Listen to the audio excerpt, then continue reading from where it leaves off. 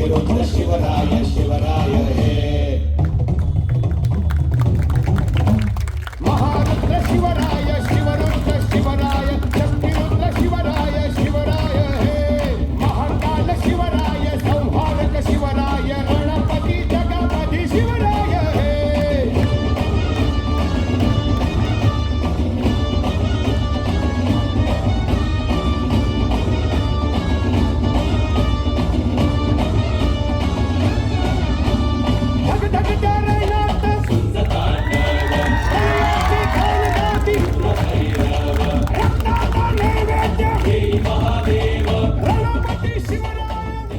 इसवी सन 1630 शिवनेरीच्या किल्ल्यावर एक बालक जन्माला येतं. आईच्या कुशीत वाढतं, पण डोळ्यात मात्र स्वराज्याचं स्वप्न असतं. त्या बालकाचं नाव छत्रपती शिवाजी महाराज. आई जिजाबाई रामायण महाभारताच्या गोष्टी सांगतात. राया, अन्याय सहन करायचा नाही, आपलं राज्य आपल्यालाच उभारायचं. आणि बालशिबा मनात ठरवतो, मी स्वराज्य निर्माण करेन. वयाच्या अवघ्या 16व्या वर्षी तोरणा किल्ला जिंकला जातो. हा फक्त किल्ला नव्हता, ही होती स्वराज्याची पहिली ठिणगी. पण स्वराज्याचा हा उदय आदिलशाहीला कसा सहन होणार? एक भला मोठा गर्विष्ठ सरदार पाठवला जातो, अफजल खान. प्रतापगडाच्या पायथ्याशी भेट ठरते. अफजल खान म्हणतो, शिवाजी ये, गळा भेटते. पण ती गळा भेट नव्हती, तो होता विश्वासघात. क्षणात वाघनखांचा वार होतो आणि सिंह गरजतो. अफजल खानाचा अंत होतो. साऱ्या महाराष्ट्रात घोषणा घुमते, जय भवानी, जय शिवाजी. यानंतर पन्हाळ्याचा वेढा, पावसाळ्याची रात्र, शत्रू चारही बाजूंनी. पण महाराज शांतपणे म्हणतात, स्वराज्यासाठी जीव गेला तरी चालेल, पण स्वराज्य वाचलं पाहिजे. आणि सुरू होते एक धाडसी सुटका. पावनखिंड रक्ताने लाल होते. बाजीप्रभूंचं बलिदान इतिहासात कोरलं जातं. मुघल साम्राज्यालाही आता हे वादळ दिसू लागतं. दक्षिणेत येतो एक सरदार शाहिस्ते खान. पुण्यात लाल महालात मुक्काम. अगदी कडक पहारा. एका रात्री शांतता आणि अचानक तलवारींची चमक. महाराज थेट लाल महालात. शाहिस्ते खानाची बोटं उडतात. मुघलांचा गर्व चूर होतो. यानंतर सुरतवर धाड. मुघलांच्या संपत्तीला जबर धक्का बसतो. ही फक्त लूट नव्हती, ही होती स्वराज्य उभारणीची आर्थिक पायाभरणी. आता महाराज फक्त एक सरदार नव्हते, ते झाले होते स्वाभिमानाचं प्रतीक, जनतेच्या मनातला राजा. आणि पुढे येतो काळ, पुरंदराचा तह आणि आग्र्याला जाण्याची वेळ. पण लक्षात ठेवा, हा इतिहास आहे त्या राजाचा जो संकटातही न डगमगता उभा राहिला, ज्याने तलवारीपेक्षा बुद्धीचा अधिक वापर केला आणि ज्याच्या प्रत्येक पराक्रमाने स्वराज्याचा पाया अधिक भक्कम केला.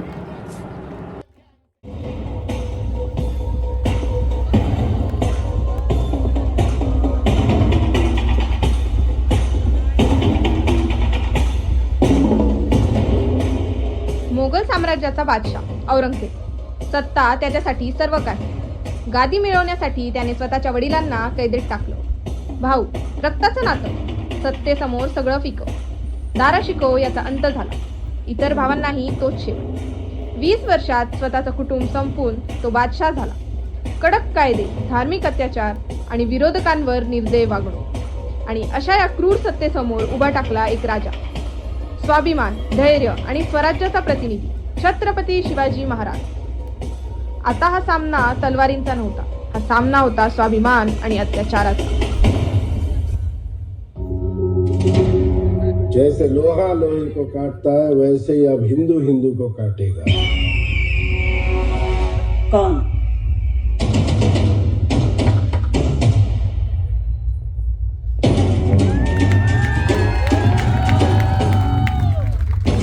जिल्लेलाही का इस्तकबाल बुलंद हो. आइए आइए मिर्जा जी, आइए.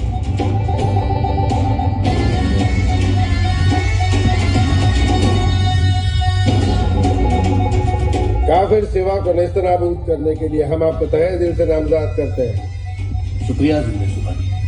और इस मुहिम में पश्तून के नवाब पठान दिलेर खां आपकी हमदर्द करेंगे.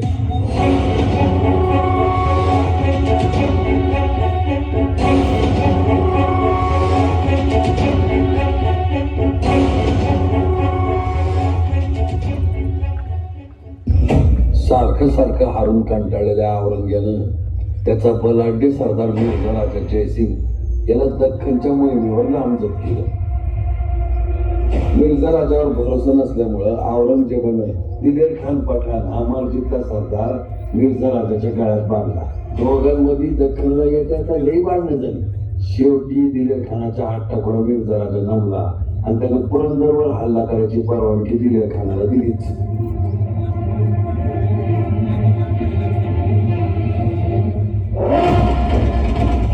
पुरंदर आणि त्याच्या शेजारचा किल्ला वज्रगड जीव खाऊन मुघलांशी लढू लागले. वज्रगडाचं दुसरं नाव होतं रुद्रमाळ. हा वज्रगड पाडण्यासाठी या मोठ्या तोफा वज्रगडाच्या समोरच्या काळात तिन्ही भव्य तोफा वज्रगडावर तुटून पडल्या. 5,000 पतंग घेऊन पुरंदरावर हल्ला चढवला. पुरंदराला 700 मराठा सेवा आडवे आले. त्यांच्या समोर होता एक मार्तंड भैरव मुलाराव देशपांडे.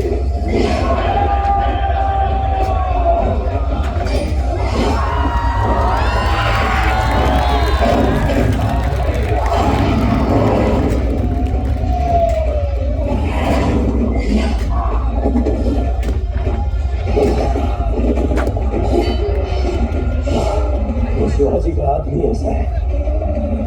शिवाजी कैसा होगा.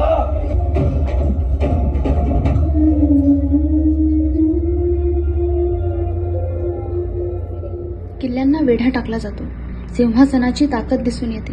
स्वराज्याला मोठा धोका निर्माण होतो. स्वराज्याचे शिलेदार धारातीर्थ पडतात. महाराज विचार करतात, सत्ता टिकवणे महत्त्वाचे आहे, प्राण गमावणे नाही. शौर्य, बुद्धी आणि रणनीतीचा विचार करून ते निर्णय घेतात. पुरंदराचा तह स्वीकारायचा. हा तह म्हणजे पराभव नाही. हा आहे स्वराज्य जपण्याचा आणि भविष्यात विजय मिळवण्याचा शहाणपणाचा निर्णय. इकडं मिर्झाराजाच्या छावणीत पुन्हा वाद सुरू झाला. ये क्या गुस्ताखी है दलेर खान. हमें लगता है कि आप शिवाजी की चाल में फंस चुके हैं. और अगर ऐसा नहीं तो कल जब शिवाजी यहाँ आएगा तो आप हमें उसका सर काटने की इजाजत दीजिए. दलेर खान, हमने शिवाजी को वचन दिया है, हमारी छावनी में उनको कोई खतरा नहीं होगा. तो इसका मतलब ये हुआ कि एक मराठे की जान मुगलों की शान से ज्यादा बड़ी हो गई आपके लिए.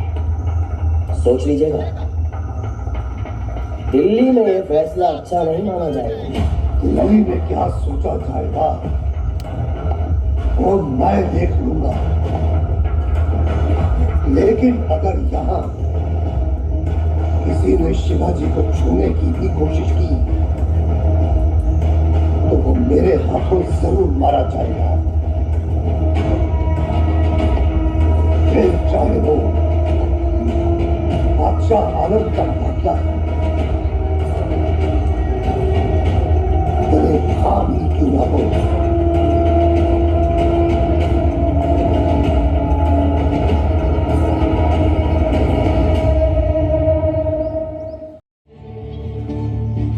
म्हणा तर आम्ही आपली गुलामगिरी पत्करू, परंतु मुघलांची नाही. राजाजी, होय मिर्झाजी, आम्ही आपल्या समोर नतमस्तक होऊ. टोळीचा मंदिर आपल्या पायावर बा, कारण आपण आमच्यासाठी आदरणीय आहात. परंतु हा आदर द्विगुणित होईल जेव्हा आपण दिल्लीच्या तख्तावर बसाल. राजाजी, ये क्या कह रहे हो. का मिर्झाजी, आपली ती पात्रता नाही. मिर्झाजी, केवळ हिंदुस्थानच नाही तर मध्य आशियातल्या बल्क प्रांतापर्यंत मुघली सत्तेचा झेंडा नेला तो राजपुतांनी. आप हमें अपनी बातों में मत उलझाइए. हमने बादशाह आलम को वचन दिया है कि हम आपको कैद करके ही जाएंगे. आपके हठी स्वभाव के कारण आपकी प्रजा मर रही है. वीर सिपाही मर रहे हैं.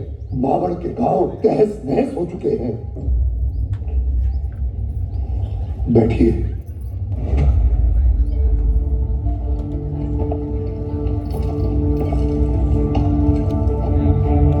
उदय राज मुंशी. जी हुकुम आना. जी हुकुम. राजा को सुलेमानी के मुद्दे सुनाओ. जी शुरू करो. हुकुम. सुनिए, कुल 23 किले पुरंदर, कोंडाणा, तुंग, तिकोना, लोहगढ़, विसापुर, रोहिड़ा आदि किले और मुल्क आप बादशाह को देंगे.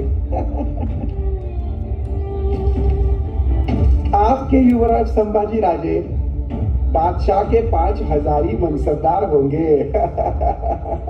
जब जरूरत हो और बादशाह याद करे तब आप बादशाह की खिदमत में हाजिर होंगे।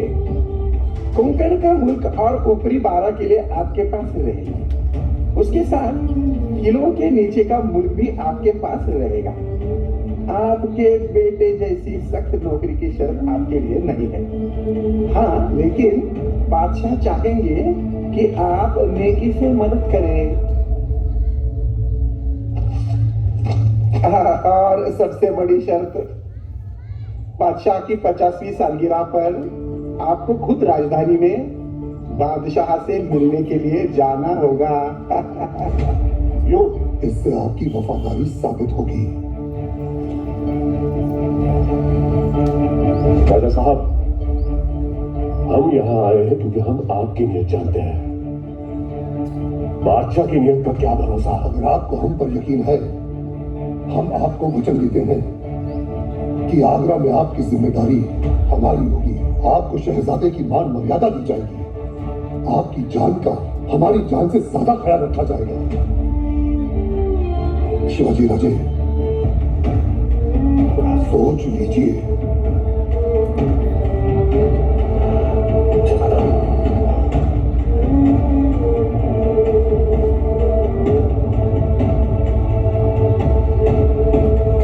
राजगडाची दारं बंद होती. किल्ल्याच्या हिरव्यागार लांब वाटा आणि प्राचीन भिंती महाराजांना पाहत होत्या. आता ते बाहेर पडणार आहेत आणि पुढे त्यांच्यावर मोठा खेळ खेळला जाणार आहे. घरी आईच्या डोळ्यात काळजी होती. भाऊ आणि मावळ्यांच्या चेहऱ्यावर चिंता होती. महाराजही हळूच मनात विचार करत होते. स्वराज्यासाठी हा मार्ग कठीण आहे, पण आवश्यक आहे. परंतु बाहेरच्या जगात ते सज्ज होते, ठाम, निर्धारशील आणि एकदम कणखर. कोणालाही कळणार नाही की त्यांच्या हृदयात किती भावना आहेत. कोण जाणेल की स्वराज्यासाठी प्राणांची बाजी लावायला तयार असणारा राजा आज घरीच विरह अनुभवत आहे. हे ठामपण आणि भावना दोन्ही एकत्र करून महाराज पुढे आग्र्याच्या प्रवासासाठी सज्ज होतात.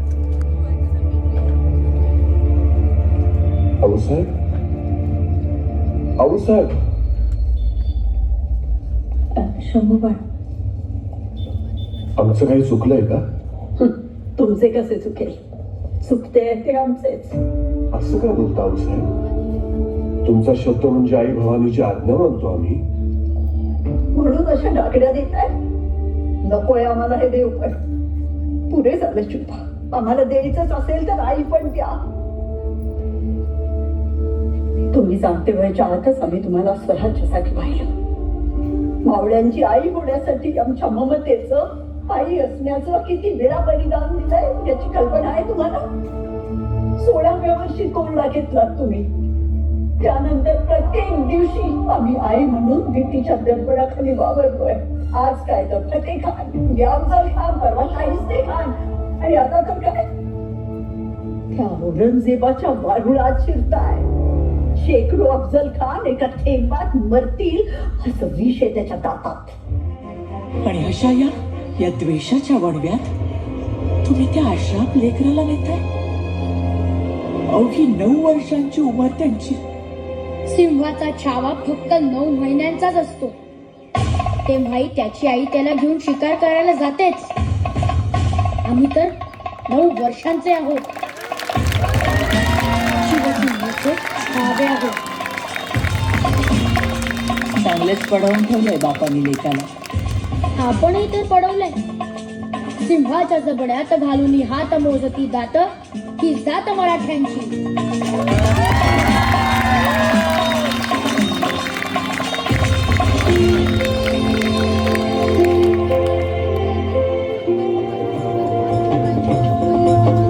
अशा प्रत्येक मुलीमध्ये आम्हाला आऊसाहेबांचाच करारी रूप दिसतो. हो ना, आऊसाहेबांनी जशी तलवार हाती घेतली तशी चुलीसमोर उभी राहणारी प्रत्येक स्त्री त्याच चुलीतलं जळतं लाकूड घेऊन आऊसाहेबांच्या पाठीशी उभी राहील. आपण म्हणतो ना, स्त्री म्हणजे मराठ्यांच्या देव्हाऱ्यातील देवता, पण मखरात पुजलेली नाही. रक्ताचा मळवट भरलेली रणचंडी आहे ती. स्वतंत्र, सार्वभौम. आम्हाला बादशहाला भेटायला दिल्ली आग्र्याला जावी लागेल. आग्र्याचा मुघल दरबार म्हणजे राजसभा नाही, नरभक्षक वाघाची गुहा आहे. आमचं पाऊल आग्र्यात पडायच्या आधी तुमच्या सावलीला अख्खा उत्तर हिंदुस्थान झाकला गेला पाहिजे. जी धनी, तुम्ही तर आग्र्याच्या किल्ल्याच्या चिऱ्यांची खबर काढून ठेवतो.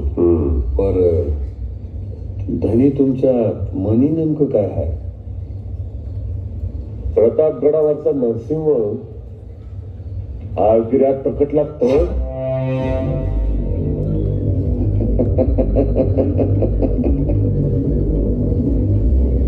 थेट दिल्लीपतीचाच नायनाट करता आला तर बेतनामी आहे धनी, परवाईच अवघड नाही का?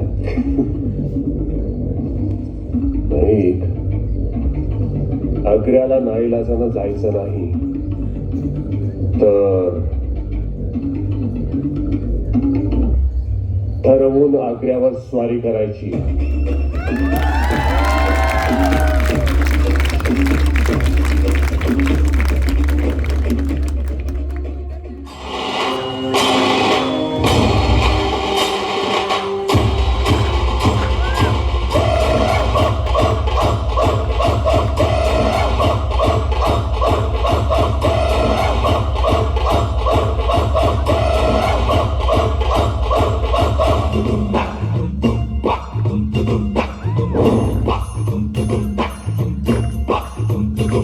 वाजत मधम धम चौघाडा पाशा कडताडा काळीचा धडा धाडा रात्र महिन्याची आहे हो.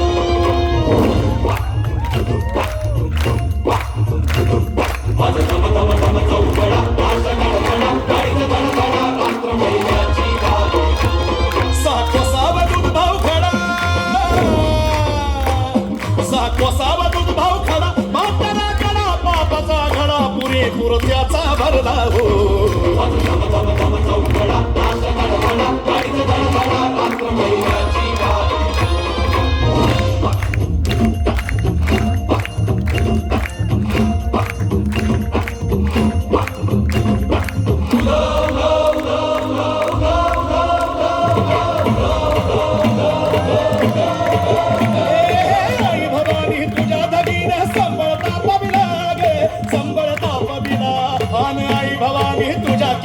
काकडा पेटविला गे, काकडा पेटविला. आई भवानी यश दे आम्हा स्वराज कपड्या ग, आई स्वराज कपड्या ग. आई भवानी आशीर्वाद दे लग्न लापड्या ग, आई लग्न लापड्या ग. हो हात पाठीवर खंडोबाचा, कौसा पावल्या भैरोबाचा, कुरकुंभाई आला तुझी गे, कुरकुंभाई आला तुझी ग, पळवट भरला या मातीचा. तुझ्या दरीनं लग्नाचा घालून गोकुळ येतो दर्शनाला, आई येतो दर्शनाला. आई उठा भवानी उठे उठे, उठा भवानी उठे, माहू रेणुके उध उध ग, माहू रेणुके उध. जगदंबाई उध उध ग, जगदंबाई उध, जगदंबाई उध उध ग, जगदंबाई उध.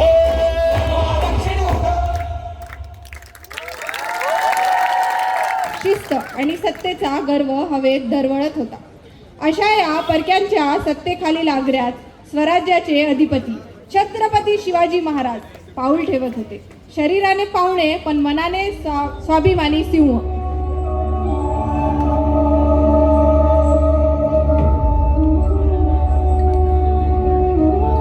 ही मुघलांची राजधानी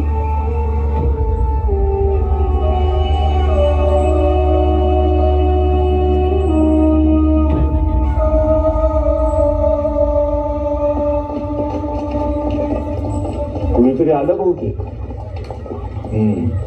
चलो चलो चलो. हे कोण बुजगावनं काढलंय म्हणायचं. राजाजी कोण आहे? अरे डोळं फुटलं होय तुझं, कळत नाही होय. सर्जेराव थांबा. जी राजा.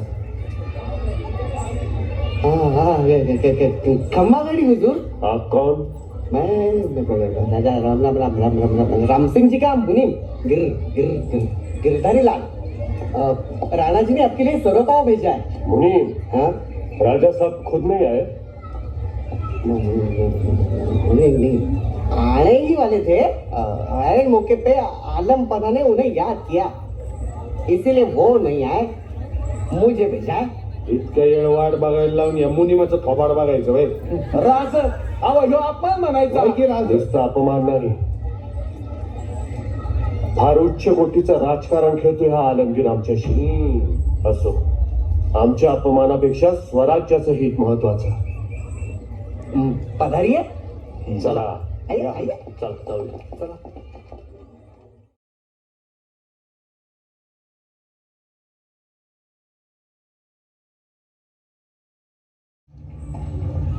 माफ कीजिए राजा साहब, हमारे रास्ते फिर अलग हो गए, इसीलिए आपसे मिलने में दिक्कत हुई। हमारे रास्ते पहले से ही अलग है राजा राम सिंह जी। आपका गुलामी का और हमारा आजादी का। जी राजा।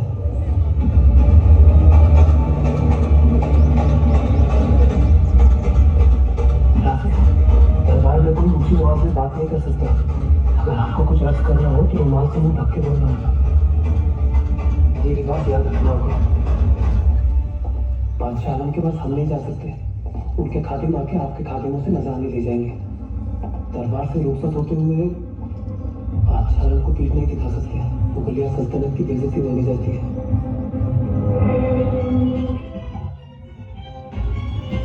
बिलकुल,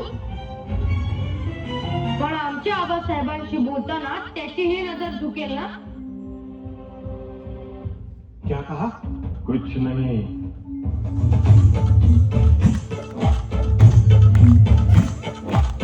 मुबारक बहार में, खुले गुलजार में, अचानक ये जगमगाता नूर आ गया है। शमशीर की हार पे चल के शेर आ गया है। शमशीर की हार पे चल के शेर आ गया है। बड़े इंतजार में, भरे दरबार में, अचानक ये जगमगाता नूर आ गया है। शमशीर की हार पे चल के शेर आ गया है।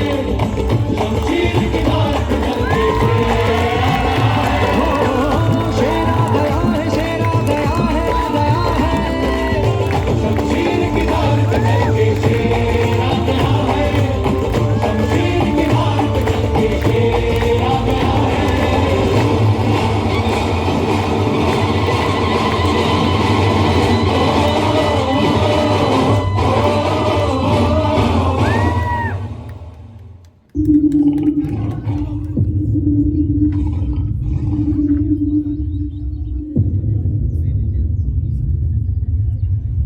राजा जी, कुर्मिस कीजिए.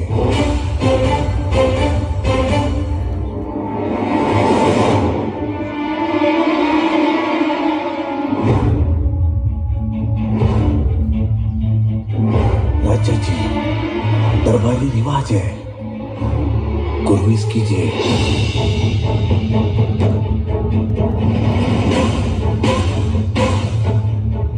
शिवाजी राजाची गर्दन केवळ माता आणि मातृभूमी यांच्या समोरच झुकते.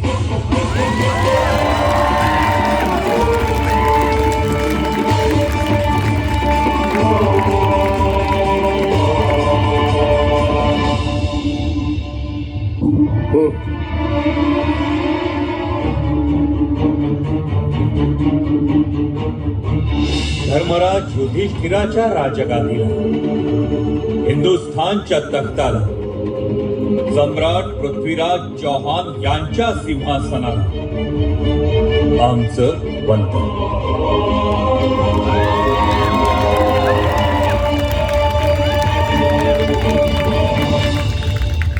इन्हें अपनी जगह दिखाओ राम सिंह.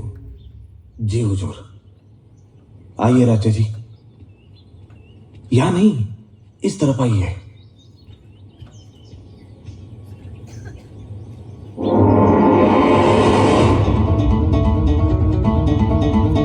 रण सिंह,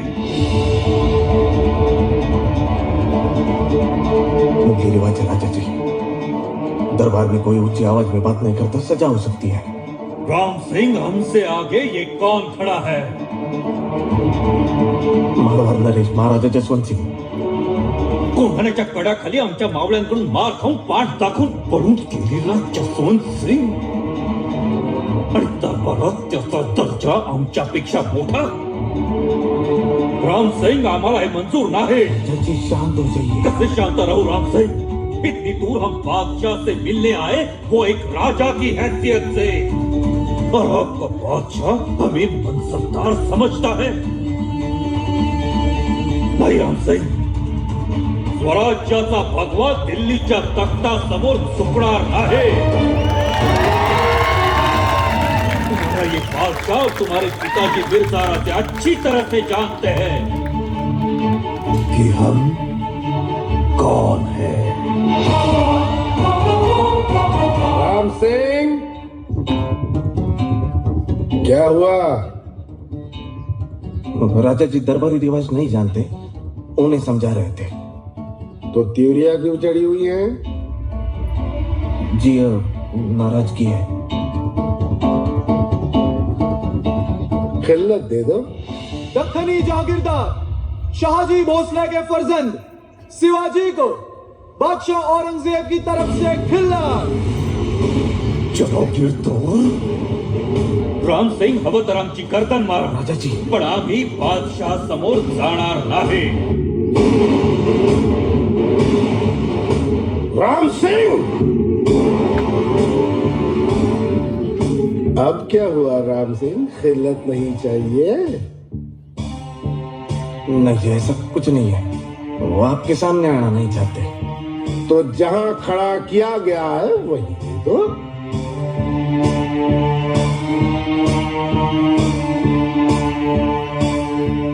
राजा जी सुनिए, आलमगीर ने आपके लिए खिल्लत भेजी है। राम सिंग, आम्ही राजे आहोत, राजे, आणि आमचं राज्य आम्ही आत्मस्वकीयांना फसवून बापा भावांच्या पाठीत खंजीर खुपसून नाही, तर आमच्या मनगटाच्या बळावर उभं केलंय।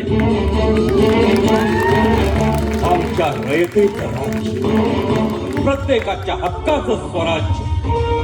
या स्वराज्याची कृपादृष्टी व्हावी म्हणून आदिलशाह कुतुबशाह धडपडतात। इंग्रज पोर्तुगीजांपेक्षाही बलाढ्य आरमार आमचं, आणि म्हणूनच आमचा दर्जा बरोबरीचा, आणि तोच मनात ठेवून आम्ही इथवर आलो होतो।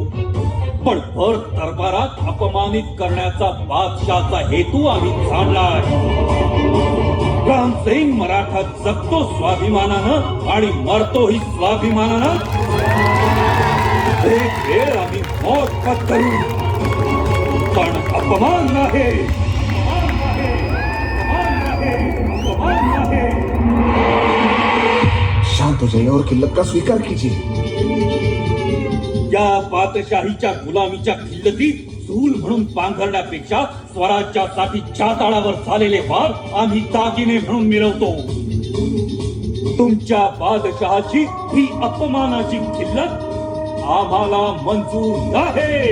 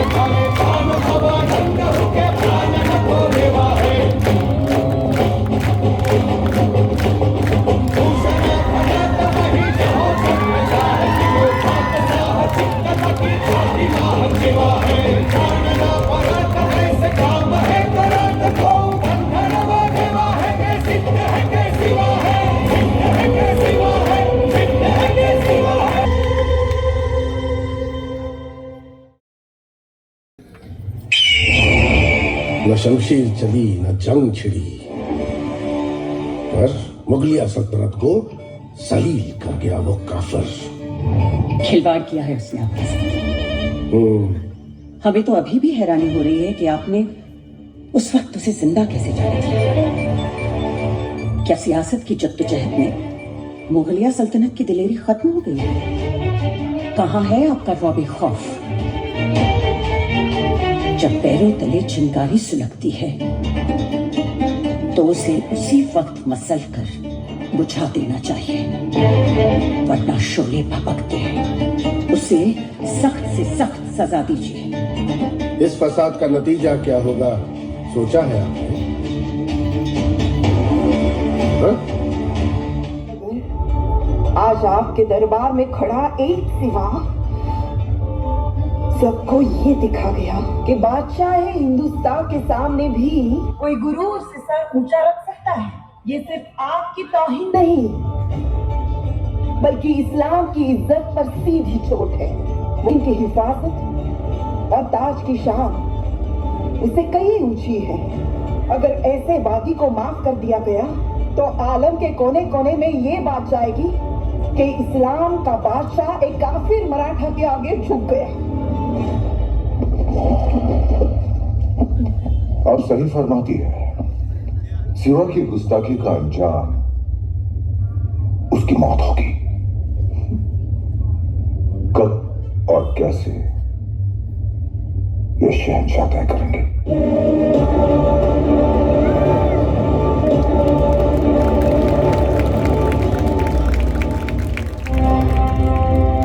ऐसा सुना है कि आप शिवाजी राजे को सजाए मौत देने वाले हैं।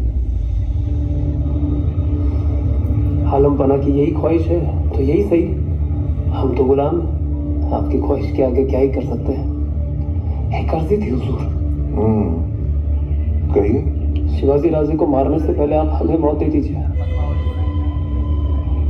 हमारे पिता हुकुम ने उन्हें वचन दिया है, उन्हें आगरा में कुछ नहीं होगा। अगर हम ही मर जाए तो हमें उन्हें जवाब नहीं देना पड़ेगा। आपको कुछ गलत फहमी हुई है, इत्मीनान रखिए। हम ऐसा कुछ नहीं करेंगे जिससे आपके वालिद की दी हुई कसम टूटे। हम तो सिर्फ शिवाजी को राधनदास खां के साथ काबुल की मुहिम पर भेज रहे हैं। शिवा जैसा सूरमा मुगलिया सल्तनत के जंग में काफी फायदेमंद साबित हो सकता है। आप तशरीफ ले जा सकते हैं। गुस्ताखी मुआफ हुजूर। वाकई आप शिवा को छोड़ देंगे? हम तो छोड़ देंगे, शायद राधनदास खां नहीं छोड़ेगा। याच मुघल दरबारात एक बुद्धिमान तीक्ष्ण नजर ठेवणारी व्यक्ती होती, जेबुनिसा। ती केवळ औरंगजेबाची कन्या नव्हती, तर विचारांनी स्वतंत्र आणि वेगळी भूमिका घेणारी स्त्री होती। वडिलांच्या सत्तेला विरोध करण्याचं धैर्य तिच्या मनात होतं। हिंदुस्थानावर एका धर्माचं वर्चस्व प्रस्थापित करण्याचा औरंगजेबाचा कठोर विचार तिला मान्य नव्हता। हिंदू धर्म आणि संस्कृतीचा नाश हा हिंदुस्थानासाठी घातक आहे असं ती ठामपणे मानत होती। दरबारात ती शांत आणि संयमी दिसत होती, पण पडद्यामागे तिची स्वतःची गुप्त यंत्रणा कार्यरत होती। आपल्या विश्वासू गुप्तहेरांमार्फत मुघल दरबारातील हालचाली, डावपेच आणि कटकारस्थानांची माहिती ती सावधानपणे शिवाजी महाराजांपर्यंत पोहोचवत होती। शिवाजी दक्कन की सरजमी का सबसे असरदार सरदार है।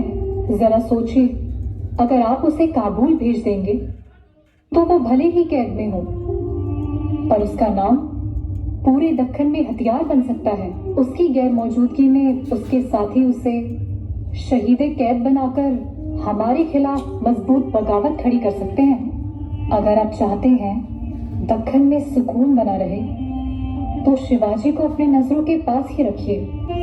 उस काफिर के लिए इतनी सिफारिश क्यों?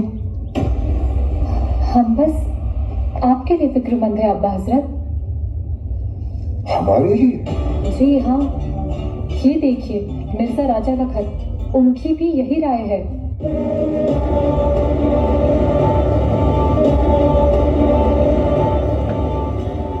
आग्राच्या भव्य पण कडेकोट पहाऱ्यात अडकलेले छत्रपती शिवाजी महाराज शांत दिसत होते, पण त्यांच्या मनात चालू होती स्वराज्यासाठी निर्णायक चाल। चोहीकडे मोगल सैनिक, उंच भिंती, दरवाजांवर कडक पहारा. आग्रा म्हणजे जणू सिंहासाठी उभारलेला पिंजरा. आग्रा तर कळला, आता मोर्चा डाव कसा मांडायचा? आग्र्याहून सुटकेच्या मोहिमेचे 3 टप्पे आहेत. 1. हवेलीतून बाहेर पडणे. 2.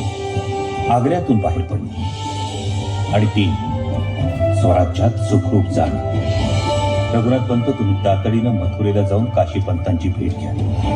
बहिर्जींच्या हिरांचं जाळं सोबत असेलच. हवेलीतून बाहेर कसं पडायचं? पहाराले कडक आहे.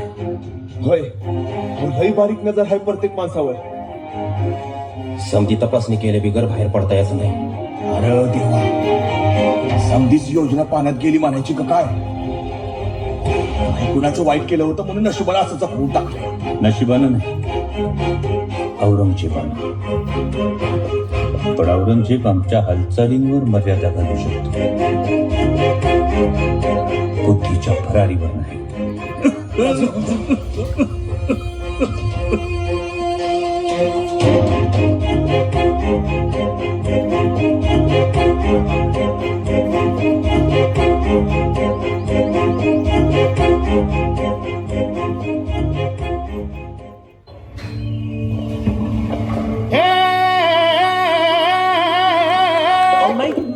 अहो हे भारूड लईच भारी आहे, पण जरा नवीन ऐकू की काहीतरी. नवीन ऐकायचं म्हणता? हा. ऐका. हे राजांचा गणी विकावा, शिवरायांचा गणी विकावा, शिवरायांचा गणी विकावा, शिवरायांचा गणी विकावा, शिवरायांचा गणी विकावा, शिवरायांचा गणी विकावा. होय होय हो. अहो पण नाही, नेमकं काय? आवा मुघल हे कपटी, लईच कपटी बघा. अंत ज्ञान अडकवला आमचा वाघ. नाही तर काय? दरबारातल्या टरकाळीनं मुघलांच्या आता पिढ्याच्या पिढ्या झाल्या बाद.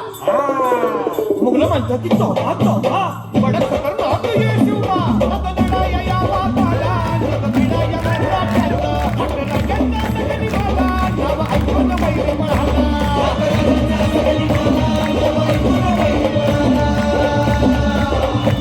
आजाराचा गणी विकावा, शिवरायांचा गणी विकावा, शिवरायांचा गणी विकावा, शिवरायांचा गणी विकावा.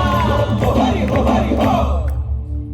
बरं का सुभेदार, साम्राज्य राहिलं शेकडो कोसावेरी. राजगडी कसा शंकर ह्यो जावा, म्हणून राजांनी युगत ही केली, औरंग्याला युक्तीने ठोकावा.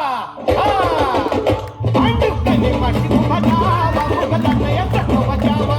कनी माती मध्ये मुंगा, या भाजा असा टाकला बाया. मरणाशी खेळ खेळावा, असा राजांनी मंडळ कावा. शिवरायांचा गणी विकावा, शिवरायांचा गणी विकावा, शिवरायांचा गणी विकावा, शिवरायांचा गणी विकावा. हो हरी हो हरी हो. आणि म्हणून गड्या हो, राजा आपला भारी, हर युगात त्यांची न्यारी.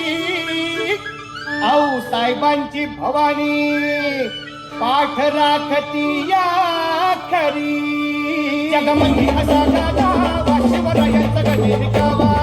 त्यांची वाट धरा, या मिठाईचा पिटारा आणावा. आर्य जगराची शोधावा, असा राजांचा गणी विकावा. शिवरायांचा गणी विकावा, शिवरायांचा गणी विकावा, शिवरायांचा गणी विकावा, शिवरायांचा गणी विकावा, शिवरायांचा गणी विकावा, शिवरायांचा गणी विकावा.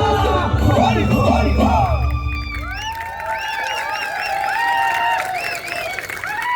रोज महाराजांच्या वाड्यातून दान वाटपासाठी मिठाई व जेवणाचे मोठे मोठे पेटारे बाहेर जात असत. प्रत्येक वेळी सैनिक पेटारे उघडून पाहत, हात घालून खात्री करत आणि पुन्हा त्या पुढे जाऊ देत. हळूहळू हा रोजचा देखावा त्यांना नेहमीचा वाटू लागला. याच सवयीचा आधार घेत महाराजांनी अत्यंत धैर्याचा निर्णय घेतला. त्या टोपल्यातच स्वतःला लपवून, श्वास रोखून, क्षणोक्षणी मृत्यूला सामोरे जात त्यांनी आग्राच्या पहाऱ्यातून बाहेर पडण्याचा निर्णय घेतला. यानंतर शिवरायांनी योजना आखली आणि पेटाऱ्यातून बसून जायचा मार्ग निवडला. हा मार्ग निवडत असताना त्यांना अनेक अडचणी आल्या आणि त्यासाठीच त्यांनी आपल्यासारखे दिसणारे हिरोजी मेहता, हिरोजी फर्जंद यांना आपल्या जागी झोपवलं आणि असा धाडसी निर्णय घेतला.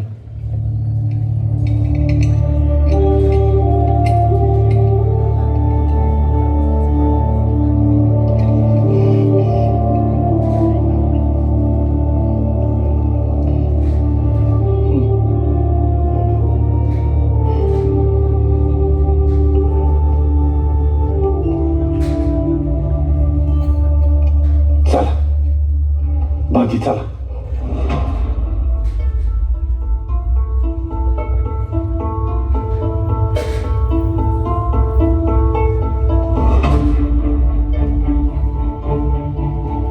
नाही नको, आपण हे सगळं थांबवूया. राज अहो काय झालं राज? येणारच असेल मरण तर ते आम्हालाच होते. तुम्ही आम्हाकडे दिसता, हा तुमचा गुन्हा ठराव. काय काय बोलता राज? कल्पांती मिळवावा असा दागिना आहे तो. हा साधा पलंग नाही हिरोजी, मृत्यूचा सापळा आहे.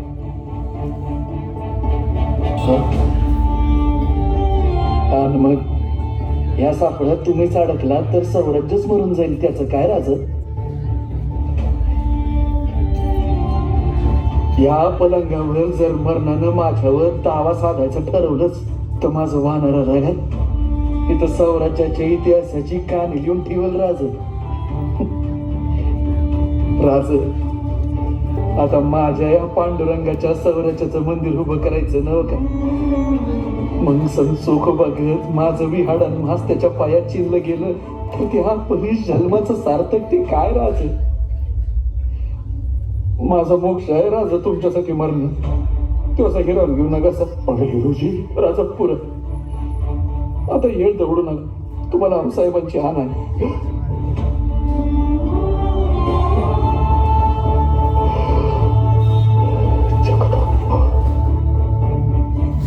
हिरोजी शिकस्त करा.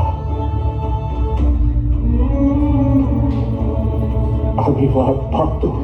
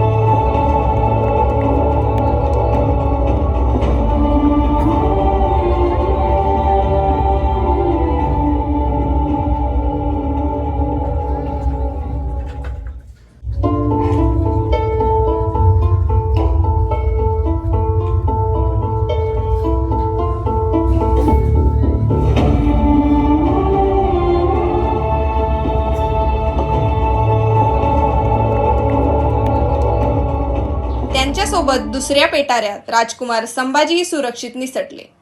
सैनिकांना काहीच कळालं नाही. पिंजऱ्यात सिंह नाही हे लक्षात यायला मोगल दरबाराला वेळ लागला.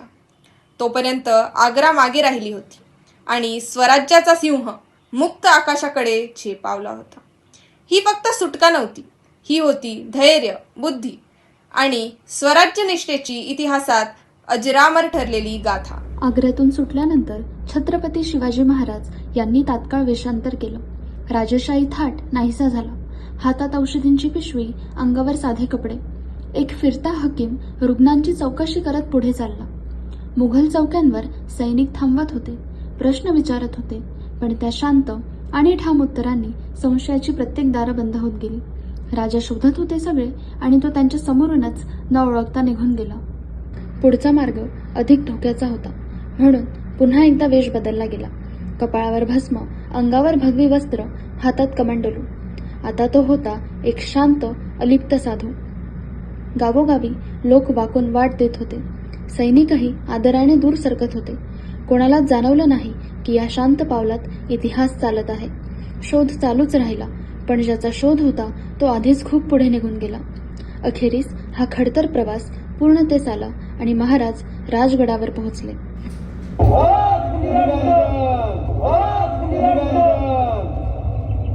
काय त्यांना हवे आहे बाबांनो? तुमची बहुकिरताई केली. तुम्ही प्रत्यक्ष जगदांबा असं जन लोक म्हणते. आमच्या एका महाराजांची पृथ्वी मोलाची गोष्ट हरवली आहे. ती फक्त तुम्ही शोधून देऊ शकता.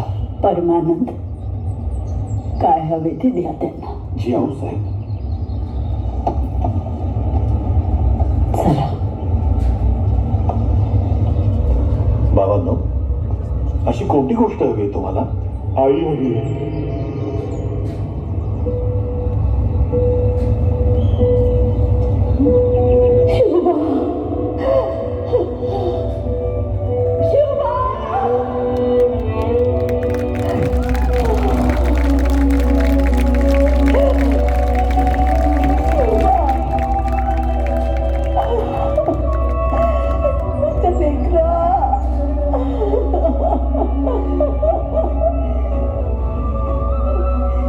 किती वाट बघायला लावलीच रे. वय झाले आमचे आता, नाही सुचलं मला.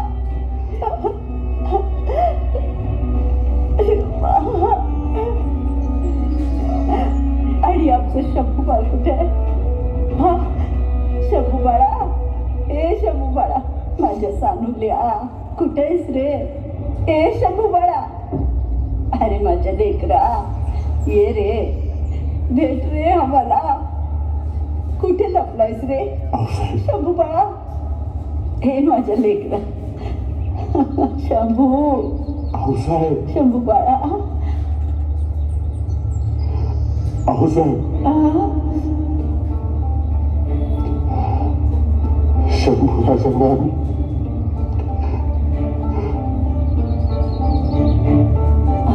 आम्ही त्याला प्रवासात गमावलं.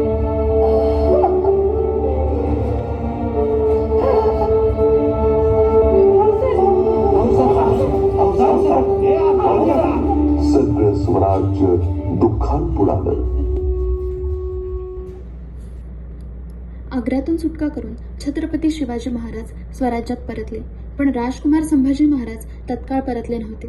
त्यांच्या सुरक्षिततेसाठी त्यांना काशीमध्ये गुप्तपणे ठेवण्यात आलं आणि ते परत येईपर्यंत स्वतः महाराजांनीच एक धाडसी डाव रचला.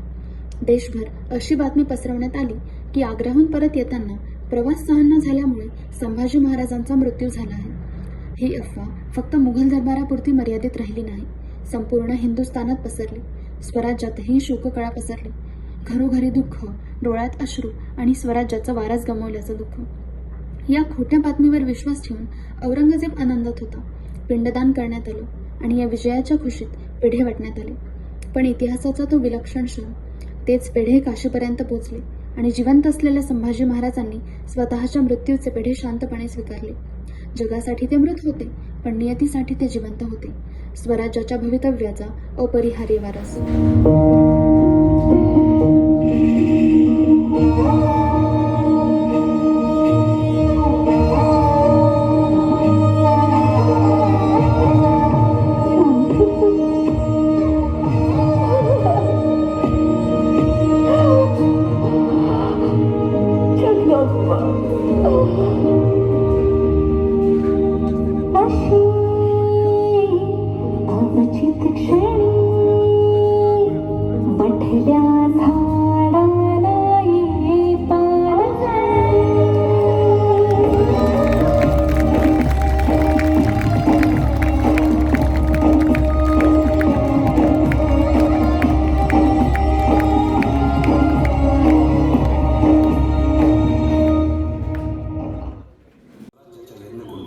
अनेक महावीरांनी शौर्याची, निष्ठेची, त्यागाची समिधा धारण करून आहुती घेतली.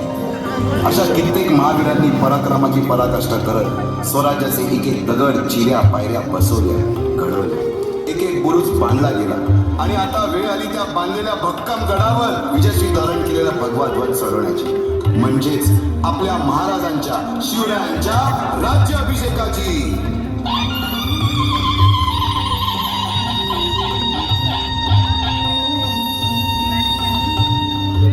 350 वर्षाच्या काळरात्रीनंतर अरुणोदय झाला. भगवंतांनी दिलेला शब्द खरा झाला. हिंदवी स्वराज्य स्थापन करणारा, यवनांची पीडा नष्ट करणारा,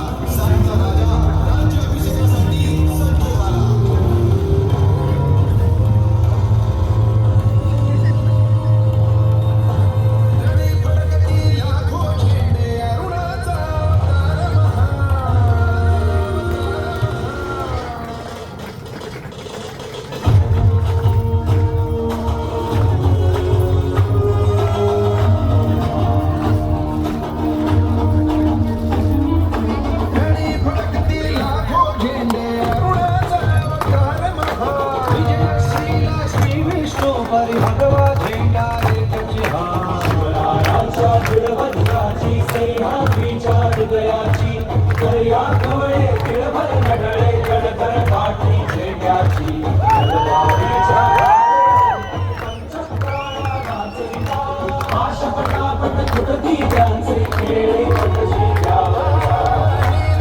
खंजीर खुपसता मोठ मायेच्या हृदयी जलधुराच्या धारांनी वज सगळा भगवा होई फडकती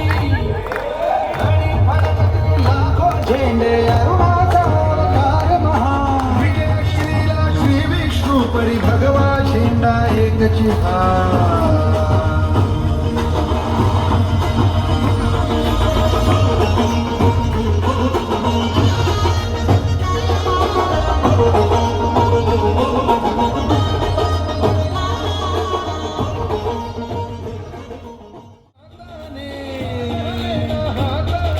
कलंकासला धून काढणे शिवरायांच्या राष्ट्राने रणी फडकती लाखो झेंडे अरुणाचा अवतार महा विजय श्रीला श्री विष्णू परी भगवा झेंडा एकची हा